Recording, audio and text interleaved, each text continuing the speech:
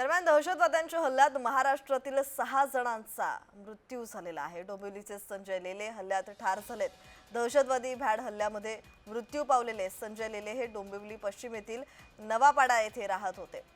सकाळी ज्यावेळेस ही बातमी पेपरमध्ये वाचली त्यावेळेस वृत्तपत्र विक्रेता प्रवीण राऊळ जे संजय लेले यांचे मित्र आहेत ते पेपरमध्ये बातमी वाचून त्यांच्या या वृत्तपत्र विक्रेता मित्राला त्यांना धक्का बसलेला आहे।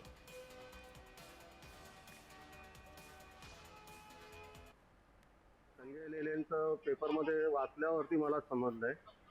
आणि कसं आहे की पहिल्यापासून आमचा परिचय लहानपणापासून आम्ही एकत्र क्रिकेट वगैरे खेळलेलो आहे।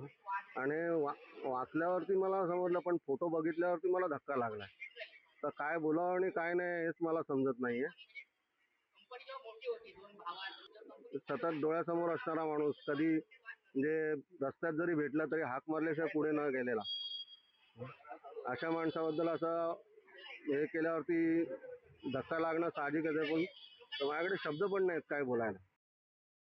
मी त्या सोसायटीचा चेअरमन आहे आणि हे हे जे आहेत हेमंत जोशी हे 3 ते 4 दिवसापूर्वी तिकडे फिरायला गेले होते। त्यांची मिसेस मोनिका आणि मुलगा ध्रुव आणि त्यांच्याबरोबर बाकीचे त्यांचे मित्र कंपनी होते। तर तिकडे फिरायला गेले एवढं मला माहीत होतं। बाकी नंतर आज हे कळालं की तिथे समथिंग काहीतरी झालं म्हणून असं। काश्मीर येथे झालेल्या दहशतवाद्यांच्या भ्याड हल्ल्यामध्ये ज्या 3 मावस भावांचा मृत्यू झालेला आहे त्यातील संजय लेले हे नवापाडा ह्या विजयश्री ही जी इमारत आहे माझ्या बाजूला या इथे ते राहत होते। मी आता डोंबिवलीच्या नवापाडा रोडवर आहे आणि या इथे आपण पाहू शकता की एकंदरीत जे तणावपूर्ण वातावरण डोंबिवलीमध्ये झालेलं आहे, कारण की हा जो हल्ला जो आहे तो देशावर आहे, माणुसकीवर जो होता हल्ला आहे, अशा प्रकारच्या आता प्रतिक्रिया उमटू लागलेल्या आहेत।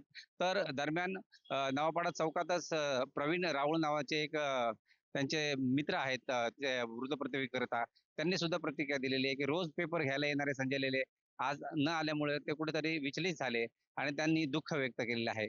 एकंदरीत या घटनेला आता जे मृत पावलेले आहेत त्यांचं शव आणण्यासाठी आता शासनातर्फे असतील किंवा नातेवाईक जे आहेत ते रवाना झालेले आहेत आणि कुठेतरी ही जी शोककळा आहे ती डोंबिवलीवर पसरली आहे। किशोर पगारे, जय महाराष्ट्र न्यूज, डोंबिवली।